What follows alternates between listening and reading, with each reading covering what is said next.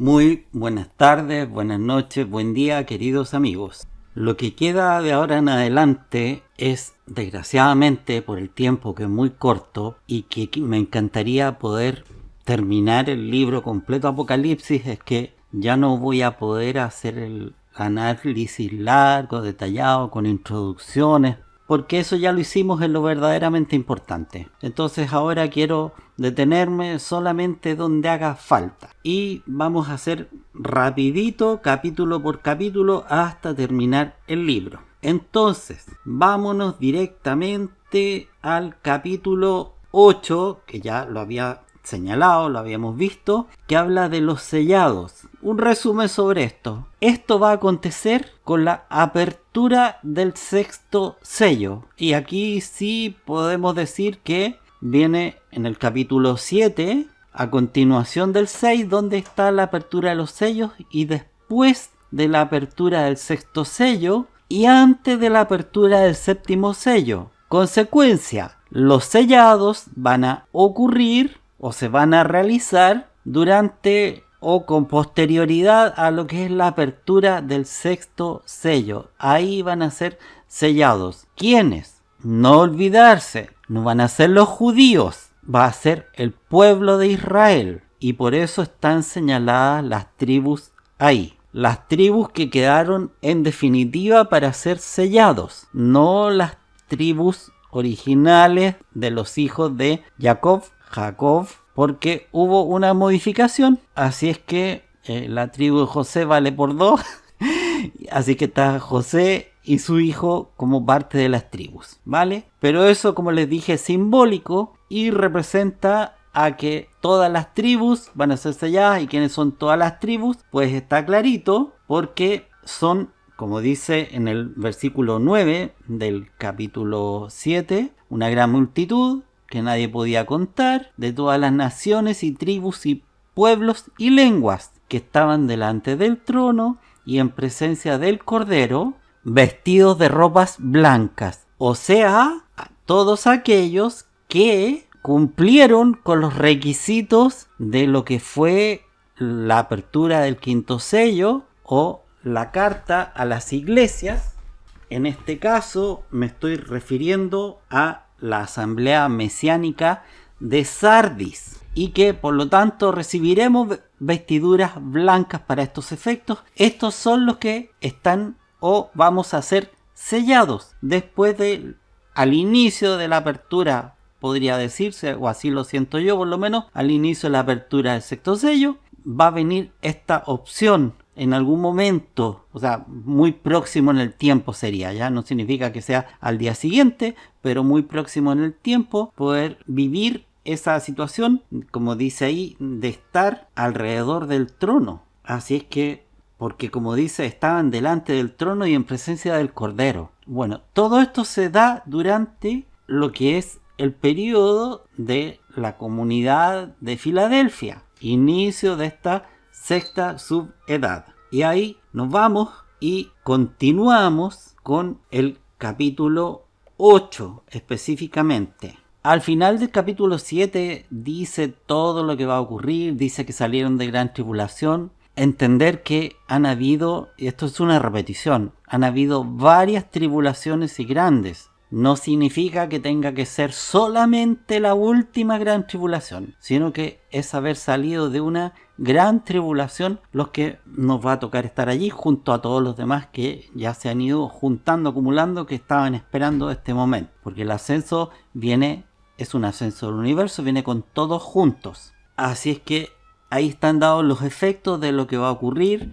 Dice, por eso están delante del trono de Dios y le sirven día y noche en su templo. En su templo. ¿Cuál es su templo? Nuestro templo, pues nuestro cuerpo. No pensar que hay un templo donde podemos haber cientos de millones de personas, por así decirlo, cientos de millones de almas en un templo de Dios que está en los cielos. No, los servimos en nuestro cuerpo físico, que es el templo del Espíritu Santo. Los servimos de día y de noche, las 24 horas del día. Nosotros sí que en ese sentido somos 24/7. Y por eso ya no tendrán hambre ni sed, y el sol no caerá más sobre ellos ni calor alguno, pero esto no es en un sentido físico real, sino que otra vez más simbólico, porque aquí vamos a recibir directamente la luz del Cordero, directamente la luz del Padre.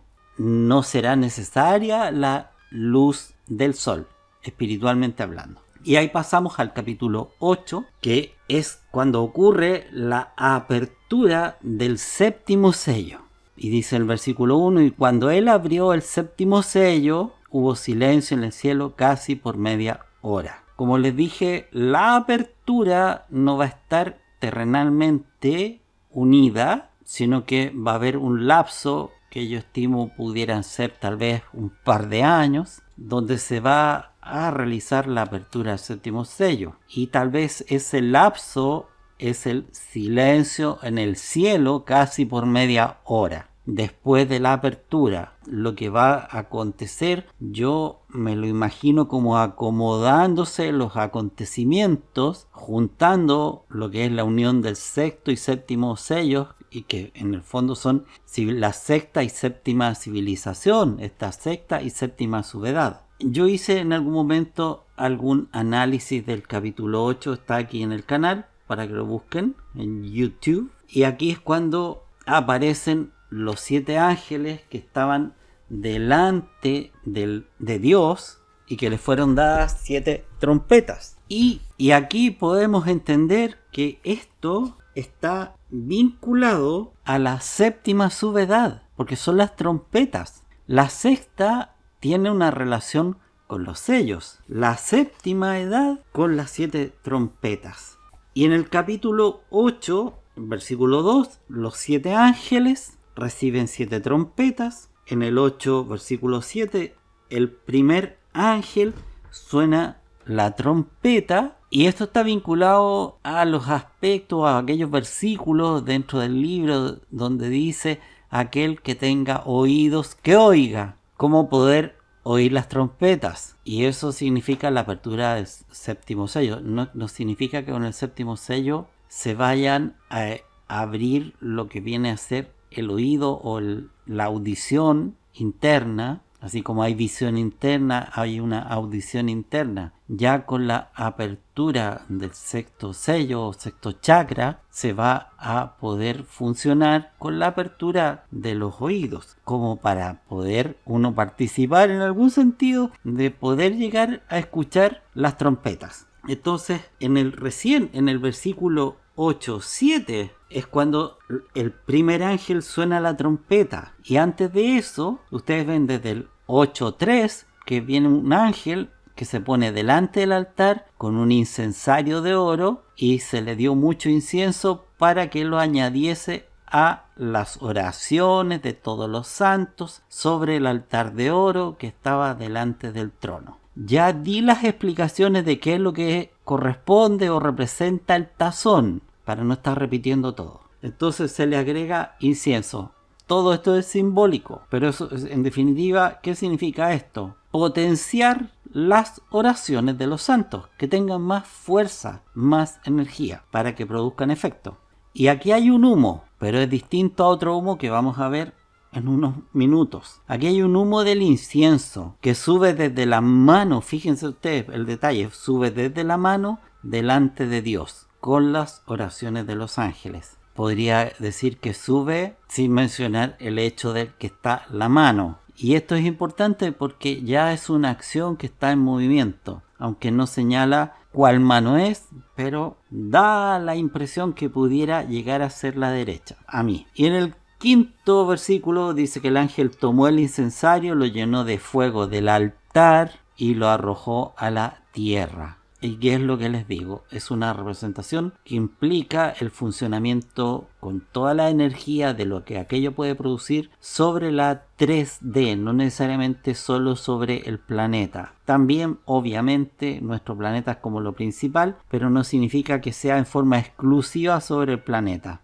Y ahí hubo truenos, voces y relámpagos y un terremoto. Aquí ya habla de otro terremoto, que puede llegar a ser físico, no necesariamente, pero podría ser. Y ahí es cuando se dispusieron los ángeles a tocar las trompetas, como les digo, y el primer ángel tocó la trompeta y hubo granizo y fuego mezclados con sangre y fueron arrojados a la tierra. Esto es una visión que representa una imagen. Y en ese sentido hay todo un simbolismo, porque no va a haber un granizo y fuego mezclado con sangre, ¿ya? Así es que ustedes pongan atención, lo que les va a tocar vivir eso específicamente aquí en la carne, para que hagan ustedes en su oportunidad el análisis de aquello que vaya a acontecer, que digan, oh, esto es aquello que representa. En el 8, versículo 8, el segundo ángel suena la trompeta y aquí hubo algo como un gran monte ardiendo con fuego que fue lanzado al mar.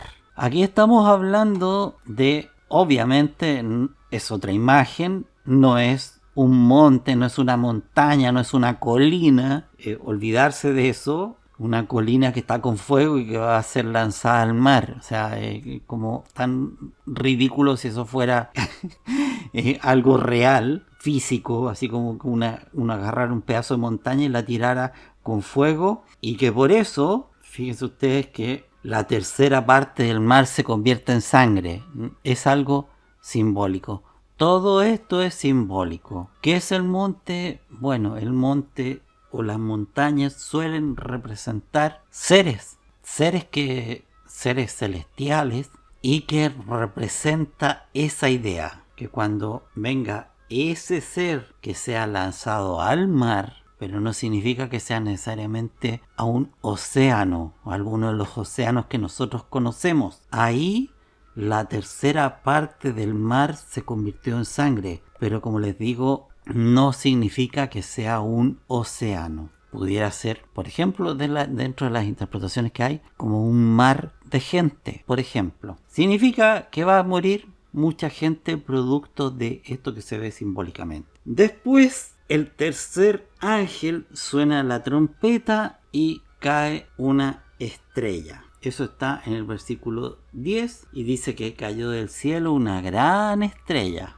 ardiendo como una antorcha. Eso significa que está muy encendida, pero una estrella no va a caer. No va a caer una estrella, literalmente una estrella del cielo. Como en algún momento dije en algún video, eso casi significaría la destrucción del sistema solar si chocara con los planetas o con nuestro mismo sol. Es absurdo. Entonces no es eso, sino que es un ser que representa una estrella. Esto es algo más grande que un monte, mucho más importante simbólicamente hablando, y ardiendo, o sea, con todo lo que representa, así como de estar como en fuego, ya, como en llamas, con toda, en algún sentido, como la rabia que pueda incluso proyectar. Y como dice, cayó sobre la tercera parte de los ríos y sobre las fuentes de las aguas. Insisto en el simbolismo de esto, la estrella es ajenjo y la tercera parte de las aguas se convirtió en ajenjo. No es algo físico, o sea, ¿dónde se va a caer? ¿En qué parte del mundo iría a caer? Como para que la tercera parte de las aguas se convirtiera en ajenjo. Así es que se volverán amargas las aguas, pero también es simbólico. No esperen que yo les diga el simbolismo, porque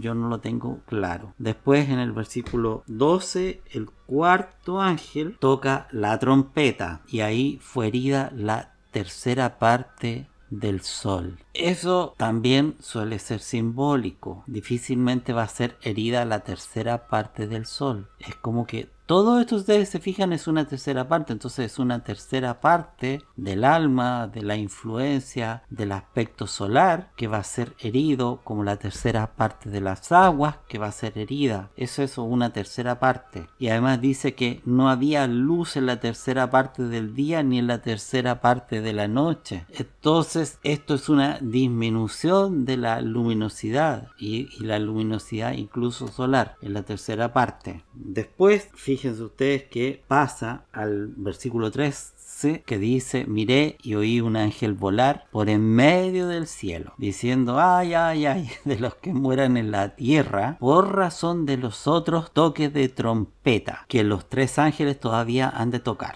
¿Y qué les quiero decir con esto? Que en los versículos anteriores, en esos 4 toques de trompeta, que les decía son muy simbólicos, pudiera ser algo que se viva a nivel de los cielos, porque a raíz de lo que viene a ser los 3 últimos toques de trompeta es donde viene el sufrimiento para los moradores de la tierra. Significa que los 4 toques de trompeta anteriores no nos afectan directamente, indirectamente de todas maneras, pero directamente no. Y aquí pasamos al capítulo 9, donde el 5.º ángel toca la trompeta, cae una estrella que tiene la llave del pozo del abismo y que abrió el pozo del abismo, y del pozo subió humo como el humo de un gran horno, y el sol y el aire se oscurecieron por el humo del pozo. Ya, aquí vemos una diferencia con lo que vimos antes respecto al humo del incienso, que es distinto de este humo. Todos podríamos decir, el humo es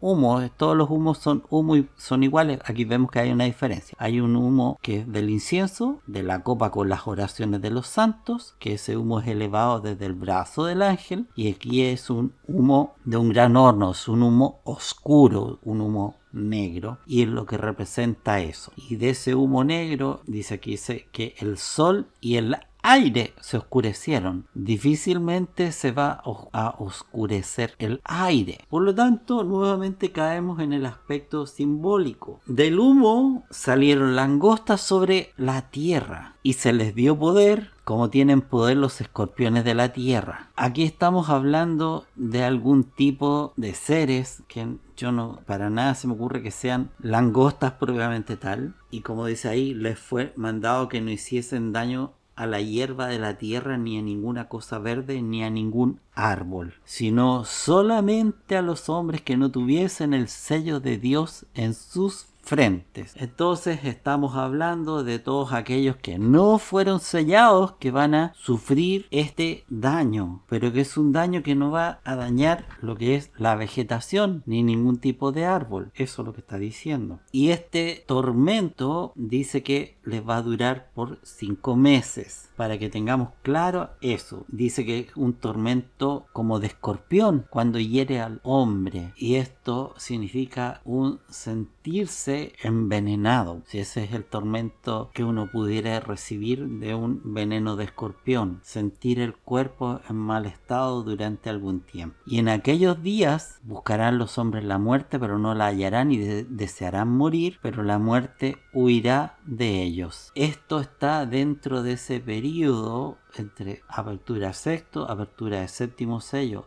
en ese lapso. El aspecto y aquí viene una descripción de estas langostas. Dice que era semejante a caballos dispuestos para la guerra, y sobre sus cabezas tenían coronas de oro, lo cual nos da a conocer que no son langostas en términos concretos, y tenían cabello como cabello de mujer, y sus dientes eran como dientes de león. Dice en el versículo 9 que tenían corazas como corazas de hierro, o sea, estamos hablando, pero con esos dientes como dientes de león, más me suena a un extraterrestre que a un humano. En fin, bueno. Y además que dice que tenían colas semejantes a los de los escorpiones, por eso a mí me suenan a extraterrestres. Pero habrá que ver. En todo caso, ellos tienen como rey al ángel del abismo. El abismo es lo que separa el cielo de acá abajo. Es el concreto del abismo. Y su nombre es Abadón, en griego Apolión. El rey,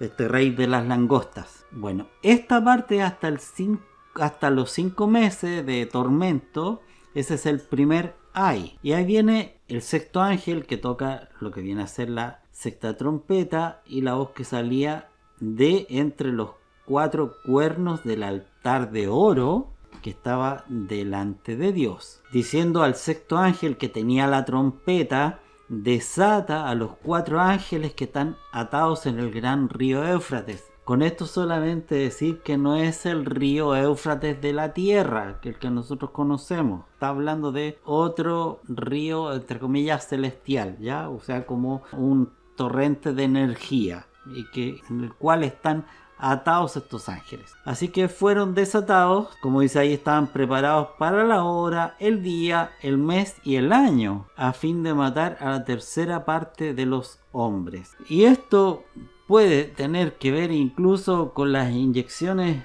del C-19, cualquier cosa, pero como dice, tienen un propósito específico. Y el número del ejército de los de a caballo, que no es que estén en caballos propiamente tal, pero en algún tipo de transporte, veamos el caballo como transporte, y 200 millones. ¿Por qué? Porque ese fue el número que escuchó y vio en visión. Insisto, son visiones, una visión de los caballos, una visión de los que los montaban, con corazas de fuego. Estamos hablando de un tipo de armadura especial, pues una coraza de fuego es como extraña. Pero así es como se debe haber visto y como lo debe haber entendido Juan hace casi 2000 años atrás. De jacinto y de azufre las corazas, y las cabezas de los caballos eran como cabezas de león. Imagínense, o sea, cómo poder expresar lo que él estaba viendo. Tendríamos que estar aquí en ese momento para entender qué era en concreto, cómo uno pudiese llegar a describir al día de hoy esa visión. Y por estas 3 plagas, aquí estamos hablando de 3 plagas, por estas 3 plagas fueron muertos la tercera parte de los hombres, por fuego, por el humo y por el azufre que salía de la boca de los caballos. Porque su poder, dice, porque su poder está en su boca y en sus colas, porque sus colas son semejantes a serpientes y tienen cabezas y con ellas dañan. Esto pudiera llegar a ser incluso hasta alguna especie de tanque, algo como eso, similar a un tanque. Y el resto de los hombres que no fueron muertos con estas plagas, dice que ni aun así se arrepintieron de las obras de sus manos, ni dejaron de adorar a los demonios y a las imágenes de oro y de plata y de bronce. Siguen en idolatría. Y fíjense ustedes que adoración de demonios que pueden estar metidos con estas langostas. Y tampoco se arrepintieron de sus homicidios, ni de sus hechicerías, ni de su fornicación, ni de sus hurtos. Está hablando de gente que ha estado violando los mandamientos. Recuerden ustedes que con la apertura del 6º sello viene todo lo que pudiéramos entender una clase de juicio a la humanidad, donde todos van a pasar por ese juicio. Y aquí está hablando de una parte de la gente que va a sufrir esto, que no tiene el sellado. ¿Quiénes no fueron sellados? Bueno, obviamente aquellos que no fueron elegidos, que no están dentro de lo que es el pueblo, el verdadero pueblo de Israel. Pero como dice aquí, que ni aún así de todo lo que van a pasar va a significar que se arrepientan de sus maldades. Está hablando de homicidios, no matarás, de sus hechicerías, ni de su fornicación, ni de sus hurtos, o sea, violación de los 10 mandamientos. Y aquí vamos al capítulo 10. En el capítulo 10, él ve otro ángel poderoso descender del cielo, envuelto en una nube y con el arco iris sobre su cabeza, y su rostro era como el sol y sus pies como columnas de fuego. Lo que el hombre toma como sustancia y enseñanza espiritual será en el futuro su alma y su sangre de vida espiritual. Será la luz que irradiará de ellos como espíritu. El ser humano se mantiene firme como sobre 2 pies. Un pie sobre la Atlántida y el otro sobre la cultura post-Atlántida, por así decirlo, sobre el agua y sobre la tierra. Es eso a aquello que se está refiriendo cuando ve descender este poderoso ángel con arco iris sobre su cabeza y sus pies como columnas de fuego. Y tenía en su mano, en el versículo 2 dice eso, que tenía en su mano un librito abierto y puso su pie derecho sobre el mar y el izquierdo sobre la tierra. ¿Ok?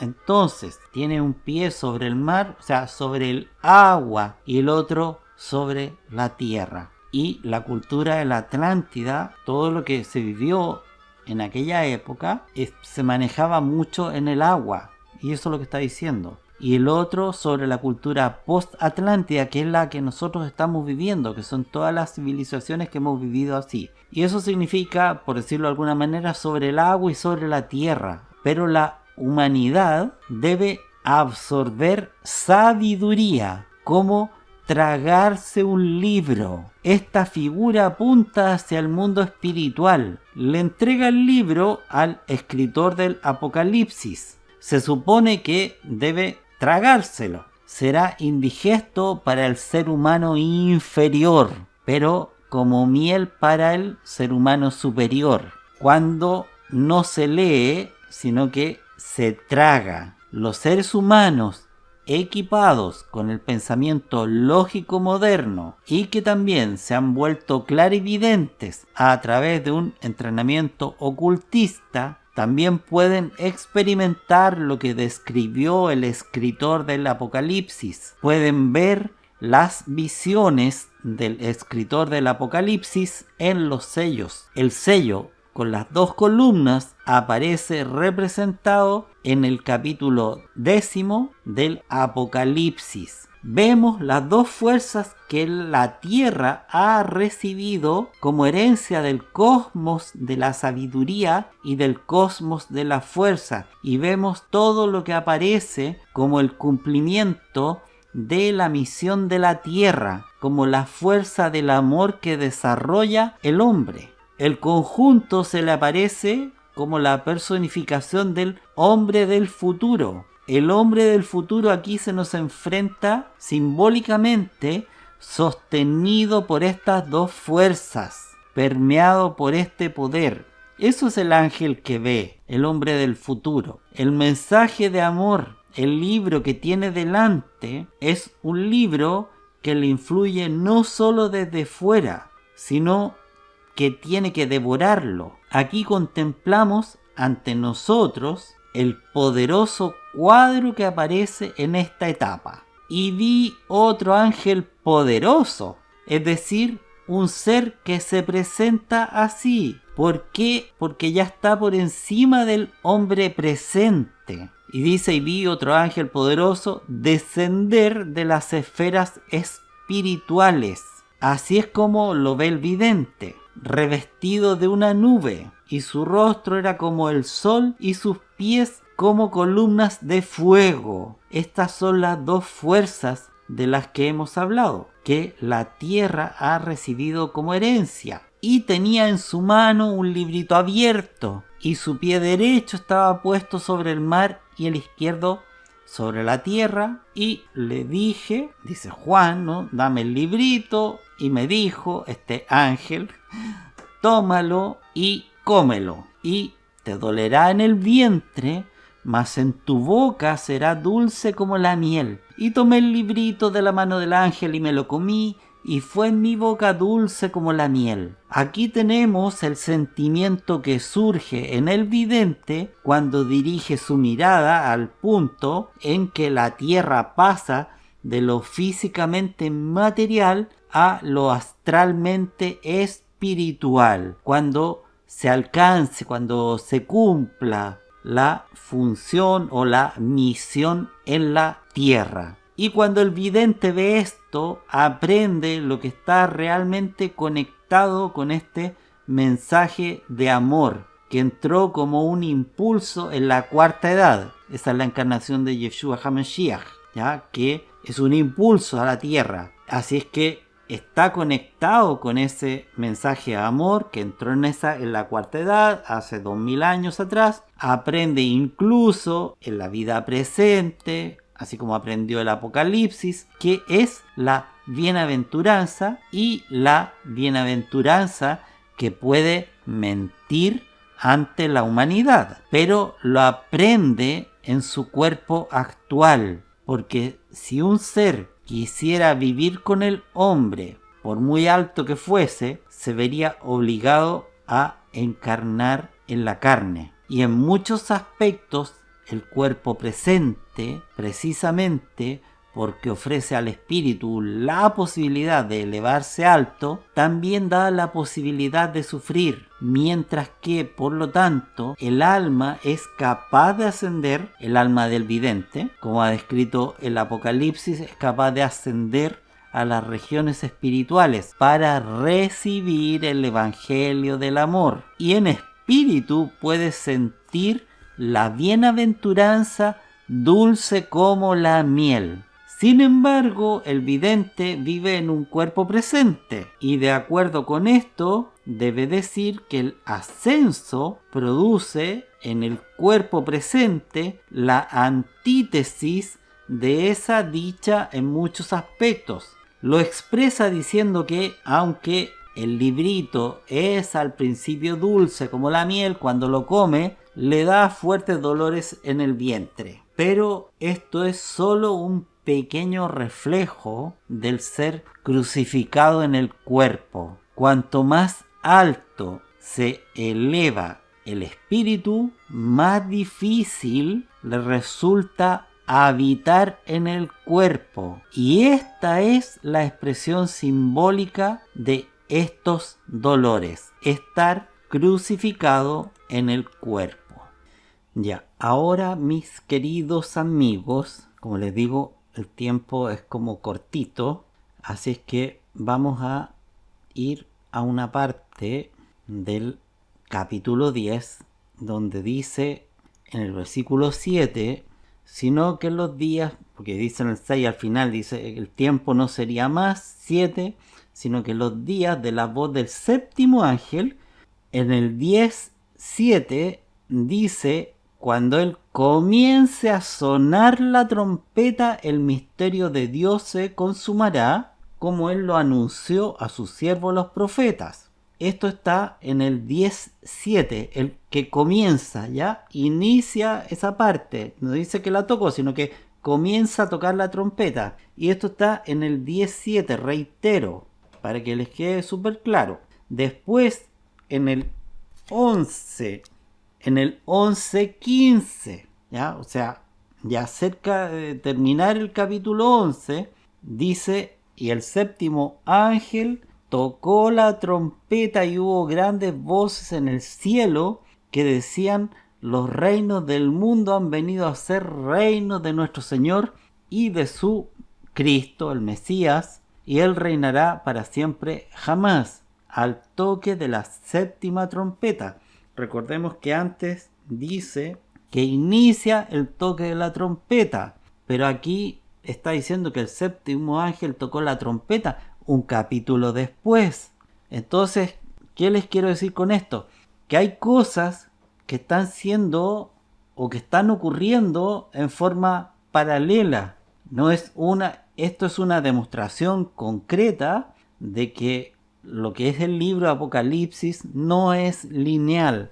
Veamos cuadros, por así decirlo, cuadros pictóricos que Juan está viendo, imágenes en uno de esos cuadros, imagen en otro cuadro, imagen en otro cuadro, y así muchos cuadros que tienen distintas imágenes, y algunas de esas no ocurren con posterioridad a otras, sino que están aconteciendo pero dentro de un distinto cuadro. Es como él se pone a ver desde un ángulo algo y después ve desde otro ángulo y ve desde otro ángulo, y así de distintos ángulos se está viendo aquello que está aconteciendo, que aquí se va a manifestar en un tiempo. Pero la séptima trompeta no puede ser tocada 2 o 3 o 4 o 5 veces, pues es básicamente una vez que se toca la trompeta, y eso es lo que señala. El séptimo ángel tocó la trompeta, pero esto había salido antes, en el capítulo anterior, y esto es muy importante, mucho, por eso me estoy deteniendo en esto. Pensemos que en el versículo 7 del capítulo 10, pero en el versículo 7 aparece el séptimo ángel que comienza a tocar la séptima trompeta, y es ahí cuando se consumará el misterio de Dios. Esto es importantísimo. ¿Por qué, veis ustedes, es tan importante? Porque en la primera carta a los Corintios, Pablo nos revela un misterio y es altamente importante para que tengan claridad de eventos. Dice: he aquí os digo un misterio: no todos dormiremos, pero todos seremos transformados. Aquí él está hablando de la resurrección. En un momento, en un abrir y cerrar de ojos, a la final trompeta, porque se tocará la trompeta, y los muertos serán resucitados incorruptibles, y nosotros seremos transformados. Sobre esto es una repetición o reiteración que voy a hacer. Los muertos serán resucitados incorruptibles. Los cuerpos de carne que fueron enterrados, que están en una tumba, eso no va a volver a la vida, sino que nosotros, ustedes que me están escuchando a mí, yo, aquellos que estemos vivos, entre comillas, de alguna forma, nosotros somos los muertos. Y nosotros, que ustedes que me están oyendo,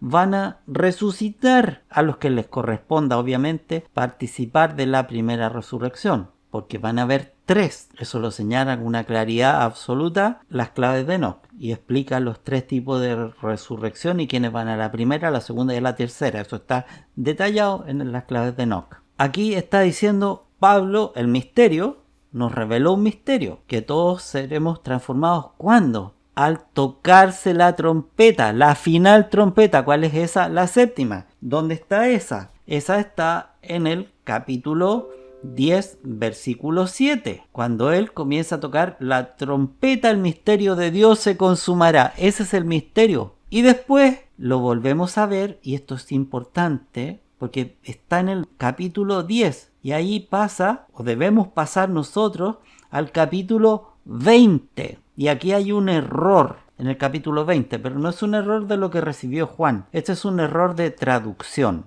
Hay un error grande en esta traducción que solo lo he visto medianamente cambiado en una versión bíblica. En el 24 dice, y esto tiene que ver con ese misterio, que es cuando es arrojado el diablo y Satanás, es atado por 1000 años y arrojado al abismo, y se le puso un sello ahí en el abismo para que no engañase más a las naciones hasta que fuesen cumplidos 1000 años. Después de esos 1000 años debe ser desatado por un poco de tiempo. Y ahí dice en el 24, y vi tronos y se sentaron sobre ellos. Hubo seres que se sentaron sobre tronos. No dice quiénes. No está hablando de los 24 ancianos del trono. Está diciendo que hay tronos, ve seres sentarse sobre los tronos. No voy a entrar en esto, si aparece en alguna parte de los evangelios en relación, que yo creo que está vinculado con esto, de quienes se van a sentar en los tronos, y que les fue dada facultad para juzgar. Y ahí vio Juan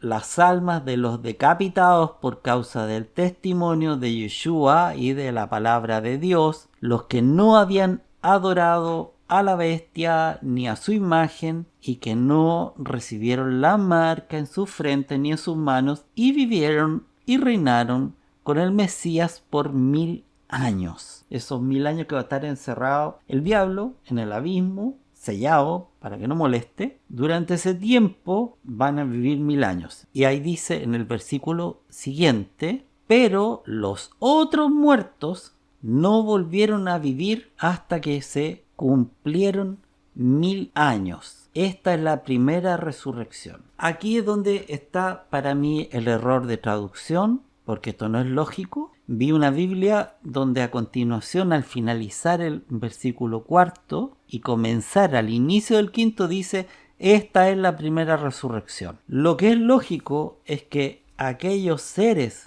que no recibieron la marca en su frente ni en sus manos y vivieron, reinaron por 1000 años, esos van a vivir la primera resurrección. Y después dice, pero los otros muertos no volvieron a vivir. O sea, pero los otros muertos no fueron resucitados sino hasta que se cumplieron los 1000 años. Y esta es la primera resurrección. Eso apunta a una segunda resurrección. No lo dice aquí, sino que me lo dice la lógica y el sentido común. Los primeros van a ser los que van a vivir la primera resurrección, y los otros muertos no volvieron a vivir hasta que se cumplieron 1000 años. Y eso no puede ser la primera resurrección, tiene que ser la segunda. Así lo entiendo yo. Por eso les digo que aquí hay un error. Después dice en el 6, bienaventurado y santo el que tiene parte en la primera resurrección. ¿Y quiénes son esos? Aquellos que van a vivir y reinar con Cristo por 1000 años. Y por eso les digo que no puede ser que los otros no volvieron a vivir y esa es la primera resurrección. No, no puede ser.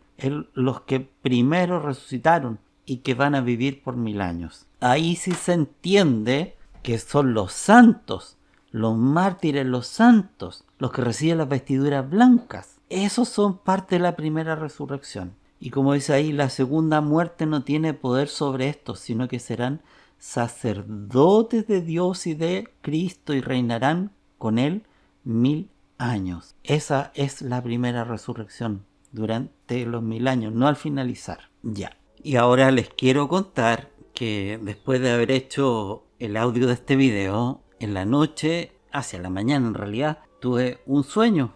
Y en este sueño, que yo lo siento muy vinculado a este audio que estaba haciendo específicamente, vi un mar.